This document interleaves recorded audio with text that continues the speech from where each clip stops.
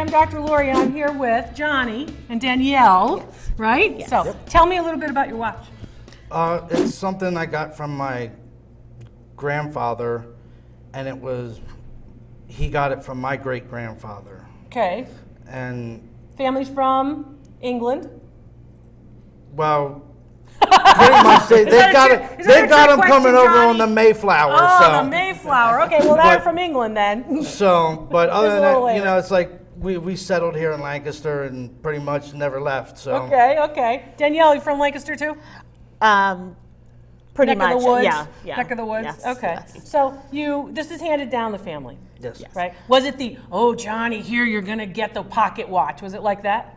No, it was pretty much one day. I was like, I've always liked some of the things my great-grandfather had, and I don't ask for anything. It's You don't ask for anything. You all got to start asking. It's just something, it's a family thing, and You want to keep it in the if you family. want to, if they want to give it to me, fine. If not, that's great too. You Yeah. do what you want. It's yours. It's not mine. Yeah, but yeah. in the same sense, it's like the watches I kind of always liked. So Yeah, well, that's good. It's good to ask, though, because, It is. then Yep. these things, family history, it gets lost Yes. Yep. if it doesn't get kept here, right? Okay, so let's talk a little bit about your watch. Your watch is quite beautiful. Thank you. It's beautiful. It is gold, and it is made in Liverpool. So it's made in Liverpool, England, the great port of Liverpool. Not only the Beatles, but the great port of Liverpool, right? So you're looking at a wonderful example, actually. What you're looking at, of course, is this nice crystal. And Danielle said when we came in, be careful because sometimes the glass comes out. So Yes. sometimes the crystal will move, right? Okay, yes. So you want to be careful. Original crystals are very important, right? So you want to keep the original crystal. And then before we got started, we said, well, let's open this up and take a look. So basically, typically what you do is you push the button on the top of the watch and you open up the back. And then sometimes this back piece here will actually open. Not in your case. Your watch dates to the early part of the 1830s to the 1840s. These watches have a well. So you can see actually your watch opens from the front and here's the well. Okay, and then you have, of course, this area here, which is where a watchmaker could actually get in and deal with the works, right? Okay, so, but you always have to protect the crystal, because, the watch isn't worth anything if you can't see the hands, right? So what you're looking at here, of course, is the gold dial or the gold face. Now, this particular watch is ticking. You can hear it. We also have the original key. These keys are really important, Johnny. Don't let anybody take the key. trust me, I won't. That's why I got the chain for it. Yeah. Now the chain is not original. No, it's not. But that's okay, and you got the chain, and you have the chain for it. But the key is actually important, and even watchmakers actually will literally want to have you bring the key. They're going to clean your clock, okay? If you give them the key, don't give them the key. So that's what you're looking at here. So on the back, we know that it's a Joseph Johnson watch because the name of the watchmaker is here on the inside. And we also know how many jewels it is. So that relates to the number of actual jewels inside the watch. If we were to open it up one more time, we would actually see small little jewels. And I mean jewels like jewelry jewels, like, rubies, sapphires, small little jewels, because what this works on is this works all on. Do you know how this works, Johnny, this particular kind of watch? I do not. Okay, let's talk a little bit about how it works. Let's do that. This particular watch is going to work actually on all gears, right? All these different gears. So the jewels are placed in because they're hard rocks. Think of semi-precious jewels. They happen to have a color.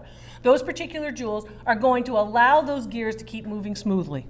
Okay? So literally what they do is they kind of scratch up against the jewels. Well, the jewels are hard, so then you don't have all gummed up dirt, condensation, moisture in the gears. That's what you're trying for.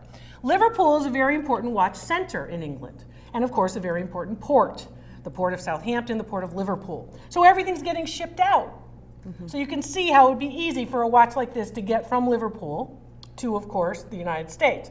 Also easy if your family is English and live near Liverpool, right? And they're coming over to the United States. So that's what you're looking at here. This particular watch is rather valuable for its gold, as well as for its originality. It's in very nice original shape. So what people will look for, what appraisers like me will look for, is I'll look for the key, I'll look for the watch chain if you have it, sometimes a watch fob, which was how you would connect it, right, onto your actual shirt or your suspenders or your person. And this particular watch, as I said, dates to about 1830, I would say 1835 to about 1850 is when this particular artisan is making these watches. Value on that watch is going to be anywhere between $1,200 and $1,500. It's based on the number of jewels. The higher the number of jewels, the more accurate the watch. So for example, I've appraised a Patek Philippe watch with 249 jewels. It was a $100,000 watch, solid gold. You don't have that watch. No. But if you have many jewels, about 20 jewels if you will, your watch will be more accurate than those watches that have 7 jewels. Make sense? Yeah. So jewels relate to accuracy. Okay. It's worth about $1,200 retail, and remember all the values that I always give are retail values based on what other pieces are selling for in the market today. Okay. You're not selling this watch. No. Right? Nope. Because this watch is a piece of family history. Yep. Here's what you need to do. You need to write down that information. My grandfather was named this, my great-grandfather was named that. We know the watch was from here. Try to get that. Doesn't have to be fancy or pretty, but write it down somewhere for your kids, grandkids, whoever comes next. Okay. And then pass it down. Yep. Tell somebody you're going to get it.